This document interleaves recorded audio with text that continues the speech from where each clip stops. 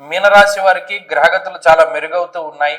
గురుబలం పెరగడం, శుక్రుడి యొక్క అనుకూలత రావడం, చంద్రబలం పెరగడం ఇత్యాది అంశాలన్నీ కొంత ఎదుగుదలకి కారణమవుతూ ఉన్నాయి. ప్రత్యేకించి ఏలినాటి శని గాని, రాహు యొక్క స్థితి గాని, లేదా అష్టమ స్థాన స్థిత రవిగ్రహం తాలూకు దోషం గాని కొంత ఇబ్బంది పెడుతూ ఉన్నప్పటికీ కూడా అటు ఈ గురుబలం రావడం, శుక్రుడు అష్టమంలోని యోగిస్తూ ఉండడం లాంటి అంశాలు గతంలో ఉండేటువంటి పరిస్థితుల కంటే భిన్నమైనటువంటి వాతావరణానికి కారణమవుతాయి. ఎదుగుదల ఉంటుంది. ప్రధానంగా ఇక్కడ స్వయంకృతాపరాధాలు తగ్గుముఖం పడతాయి.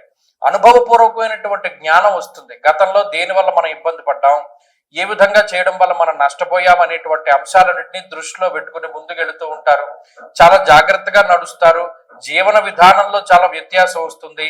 ఎక్కడ ఏది ఏ విధంగా ఫాలో అవ్వాలి అనేటువంటి దాని మీద క్లారిటీ ఉంటుంది. ప్రతి చిన్న విషయానికి లోతుగా ఆలోచన చేస్తూ ఉంటారు. ఆరోగ్యం పట్ల శ్రద్ధగా ఉంటారు. ప్రణాళికాబద్ధమైన జీవనాన్ని గడుపుతారు. సత్సాంగత్యం చేస్తారు. దేవాలయ సందర్శనం చేస్తారు. ఉత్సాహంగా ఉంటారు. ఏదైనా నెగిటివ్ మాటలు కానీ లేదా నెగిటివ్ వ్యక్తులతోటి కానీ దూరంగా ఉండేటువంటి ప్రయత్నం చేస్తారు. పాజిటివ్ గా ఉండగలుగుతారు. మీ చుట్టూ పాజిటివిటీని పెంచుకోగలుగుతారు. ఆత్మస్థైర్యం పెరుగుతుంది. అలాగే ఎనర్జెటిక్ గా ఉంటారు. మంచి ఆలోచనలు ఉత్పన్నమవుతాయి. ఇందాక చెప్పినట్టు వ్యాయామానికి అవకాశాన్ని ఇస్తారు.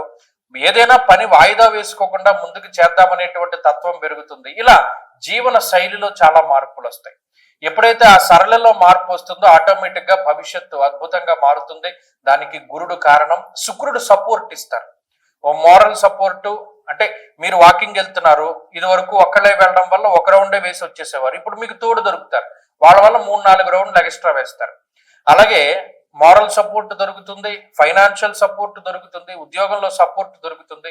ఇలా అనేక రకాలుగా సపోర్ట్ దొరికి ముందుకు సాగుతారు. అద్భుతమైనటువంటి ఫలితాలు ఉన్నాయి.